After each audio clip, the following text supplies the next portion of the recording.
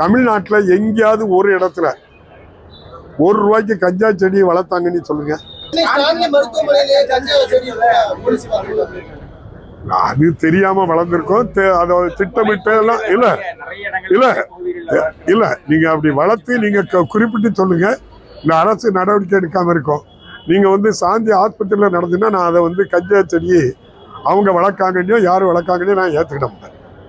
அது ஒரு ஆஸ்பத்திரியில் ஏதோ ஒரு செடி வளர்ந்துருக்குமே தவிர அது எப்படி வந்திருக்குமோ தவிர அதை பற்றி அந்த கஞ்சாண்டி உங்களுக்கும் எனக்கும் தெரிஞ்சிருக்கும்.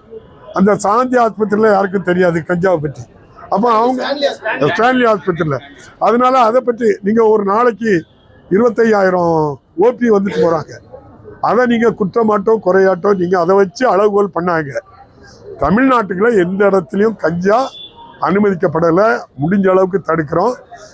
நான் சொன்னவங்க தான் இவ்வளவு பண்ணிட்டு இருக்காங்க. சொல்லி நிறுத்த சொல்லுங்க.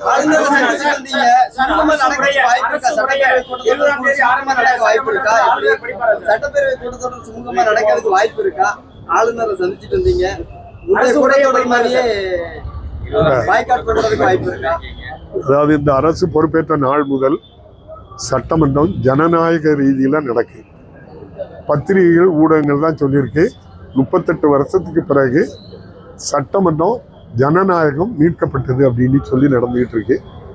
எதிர்கட்சிகளை ஆளுங்கட்சியை விட எதிர்கட்சிகளுக்கு தான் 2 மடங்கு நேரம் கூடுதலாட்டு பேச அனுமதிக்கிறோம்.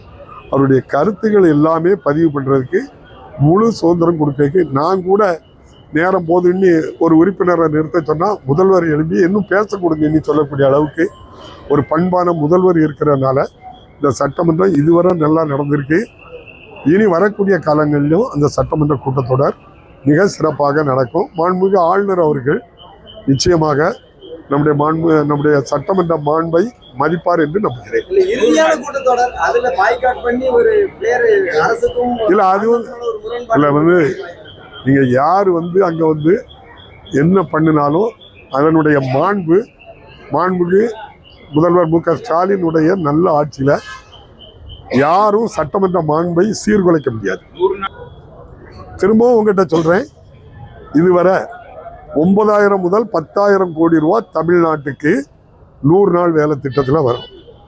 100 நாள் வேலை திட்டம் 2 வகையானது. ஒன்று ஸ்கில்டு, ஒன்று அன்ஸ்கில்டு. அன்ஸ்கில்டு தான் நம்ம மக்கள்லாம் பண்ணுறது. இன்னொன்று ஸ்கில்டு. ஸ்கில்டு சில இடத்துல கண்டிப்பாக இதில் ஒரு ரீட்டைனிங் வால் கட்டணும் அப்படின்னா அதுக்கு கொஞ்சம் கம்பி வேணும், டெக்னிக்கல் வேணும். அது ஸ்கில்டு. அது 75-25. டோட்டலாக பார்த்தா 90-10 இதுதான். அப்போது 10,000 ரூபா தமிழ்நாட்டுக்கு வந்து கொண்டிருந்தது. 10,000 கோடி ரூபா நமக்கு வந்துக்கிட்டு இருந்தது. இப்போ 6,000 கோடி ஆக்கியிருக்கு. சரிதானே? அப்போ 10,000 கோடி வேணும்னா 9,000 கோடி ரூபா வந்துக்கிட்டு இருந்து இப்போ அதை 6,000 கோடி ஆக்கிட்டாங்க. இது மகிழ்ச்சியாக உங்களுக்கு எல்லாத்துக்கும்? ஸ்டேட் பேங்க்கு மகிழ்ச்சியாக இருக்கலாம்.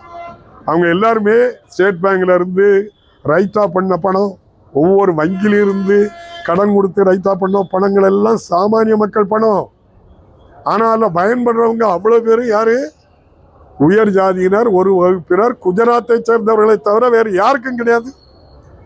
அதை கேட்க மாட்டேங்கீங்களா? நீங்க கேளுங்க. நீங்க அதை 2026 சட்டமன்ற தேர்தலில் கனிமொழி எம்பி